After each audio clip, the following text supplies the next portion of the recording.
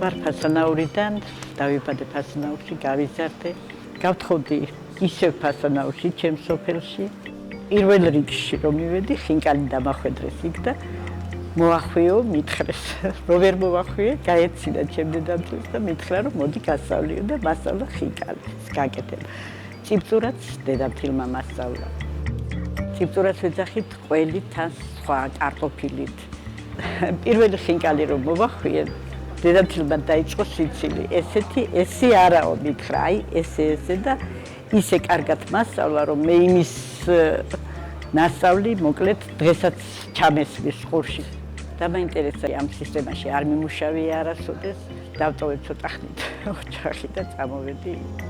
საერთოდ ექსად არის თქმული რომ ხინკალო შენ გენაცვალე 29 ნაოჭიანო. მაგრამ ის არის ძალიან დიდი ხინკლები, 2 ცალზე მეც ვერ შეჭამს ადამიანი.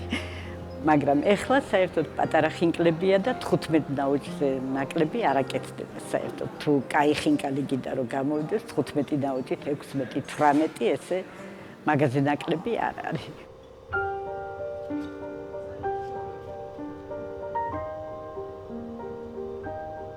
მთიულური ხელით მოხული ხინკალი მაინც თავის გემოზე აკეთებს, თავის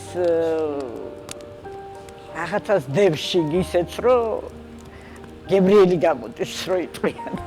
როგორ გითხრათ ახლა ის? ჩემთვის მთავარია რომ ყავდეს მომხმარებელი კმაყოფილი და მეც კმაყოფილი ვიქნები იმას. რამდენჯერმე ყოფილა რომ ბებო გვაჩვენეთ, ბებოსთან ერთად გვინდა სურათის გადაღება, მადლობა გადაეცით ბებოს. ესეთი არის Facebook-ზე დადებული და ძალიან ბევრი კომენტარებია ამაზე გაკეთებული. რა ვიცი, ალბათ მოსწონთ და იმიტომ თორე ალბათ არ გააკეთებდნენ. საკმაოდ დარწმუნებულია აქ სიტუაცია, მაგრამ არ მიჭირს.